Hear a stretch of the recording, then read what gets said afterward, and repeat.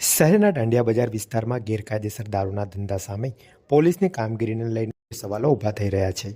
રેવા hospital નજીક દારૂ વેચતા સાગર ઉર્ફે લલિત મહેશભાઈ કહારને રાવપુરા પોલીસે 12 બોટલ દેશી બનાવટના વિદેશી દારૂ સાથે રંગે હાથે ઝડપી પાડ્યો હતો.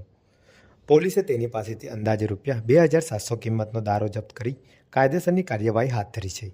છતાં કાર્યવાહી બાદ પણ વિસ્તારમાં દારૂનો વેપલો યથાવત ચાલુ રહેતા સ્થાનિકોમાં અસંતોષ જોવા મળી રહ્યો છે.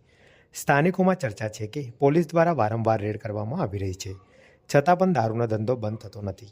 થોડા સમય પહેલાં પીસીબી દ્વારા સુનિતા ઉર્ફે બાઈ કહારની ધરપકડ સાથે મોટા પ્રમાણમાં દારૂ જપ્ત કરવામાં આવ્યો હતો.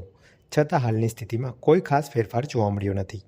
આચારસંહિતા લાગુ હોવા છતાં ખુલ્લેઆમ દારૂનું વેચાણ થવું પોલીસની કામગીરી પર પ્રશ્નચિહ્ન ઊભું કરે છે.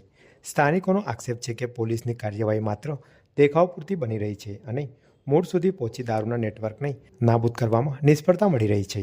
સ્થાનિકોએ પોલીસ પાસે કડક અને સતત કાર્યવાહી કરવાની માંગ ઉઠાવી છે, જેથી વિસ્તારમાં ચાલતા આવા ગેરકાયદેસર કારોબાર પર સંપૂર્ણ લગામ લાગી શકે.